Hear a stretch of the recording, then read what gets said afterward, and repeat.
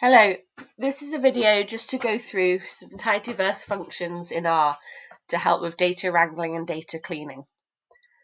The dataset we'll be using is based on the widely known dataset IRIS. It was introduced by Ronald Fisher in a 1936 paper and contains 3 plant species: Iris setosa, Iris virginica, and Iris versicolor, and 4 features measured for each sample. These are sepal length, sepal width, petal length, and petal width. And all these measurements are given in centimeters. So to get started, we're just going to do some simple manipulations of the data for some cleaning. And let's first have a look at the data, so this IRIS dataset as part of the base R package. Before we get started, we're just going to load in the tidyverse, which is a suite of packages that we will use for data wrangling and cleaning.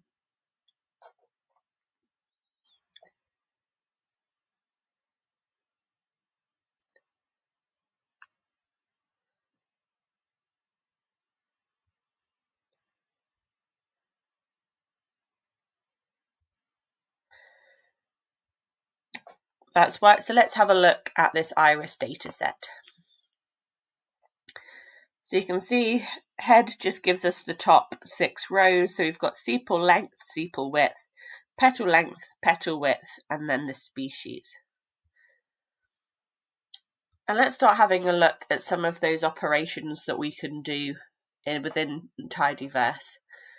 So something we might want to do is extract a subset of rows according to some criterion. For example, we may want to extract all rows of the IRIS dataset that correspond to the versicolor species. So in tidyverse, we use a function called filter. So we've got filter here. We know we want to do this on the IRIS dataset. We want it for where species is equal to versicolor. So if we run this and we have a look, you can see that we have now subsetted the data or filtered the data just for versicolor species. Another common operation is to sort rows according to some criterion. So let's sort rows by species and then sepal length. In tidyverse, we can use the arrange function. So you have arrange here for the IRIS dataset for species and sepal length.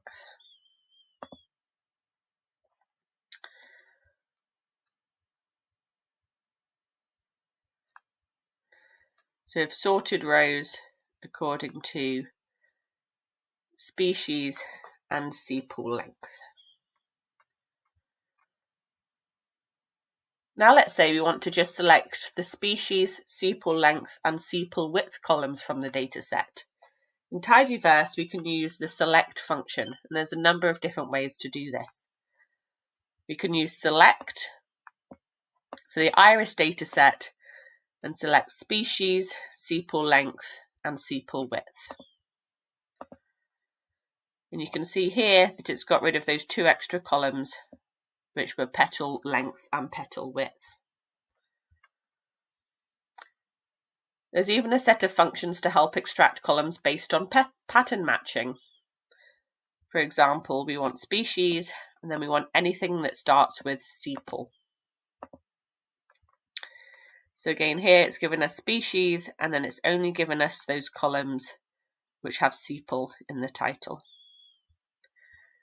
You can also remove columns if you'd like to do this using the minus operator. You can see this here. So you want to get rid or remove anything that starts with petal. And you can see here that it's removed the petaled columns. Again, you can specify specific columns. So here in this row, we can remove petal length, and we want to remove petal width at the same time as well. Those are just a number of ways that you can do the same thing, depending on what your data set looks like. Something else you might want to do with a data set is add columns. So you might want to create a new column with a different variable. For example, let's create a new column called sepal length 2 that contains the square of the sepal length. So in tidyverse, we would use this function mutate. On our iris dataset, we want to call it sepal length 2, and we're just squaring sepal length. So you can see here on the right hand side, we have that sepal length 2 column here. So we've looked at a few of the common functions that you can use, but something that has been introduced through the tidyverse is something called piping. So piping comes from Unix scripting and simply means a chain of commands, so that results from each command feed into the next one. And what tidyverse has done is it has introduced the pipe operator that enables us to chain functions together. And that's it here. So let's have a look at an example. So here we want to filter the iris dataset for that versicolor species. And you can see again, it's just given us versicolor. And pipes can be chained together multiple times. For example, everything that we've just done above, we can put neatly into one set of pipes here. So we're filtering it for versicolor. We want to look at the species column and then all the columns that start with sepal. We want to add a sepal length column, and we want to arrange it by increasing sepal length. So you can run this and you can see we just have species, versicolor species. We only have the sepal. We've created sepal length squared, and then we've arranged it by increasing sepal length.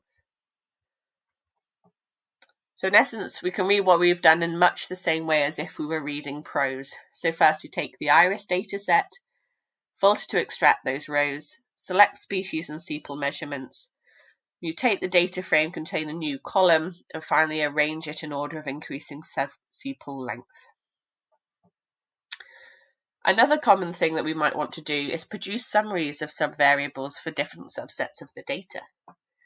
For example, we might want to produce an estimate of the mean of the sepal lengths for each species of iris. So the Dipler package provides a function called groupBy that allows us to group data, and summarize that allows us to summarize data.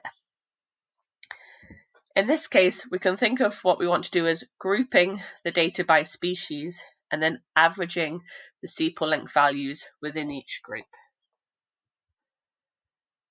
So here you can see we're grouping it by species and then we're summarizing it based on the sepal length. And this gives us a table for each of the species and gives us the mean for those based on sepal length. And this video has therefore just covered some simple functions and wrangling and cleaning techniques in R for the iris dataset in tidyverse.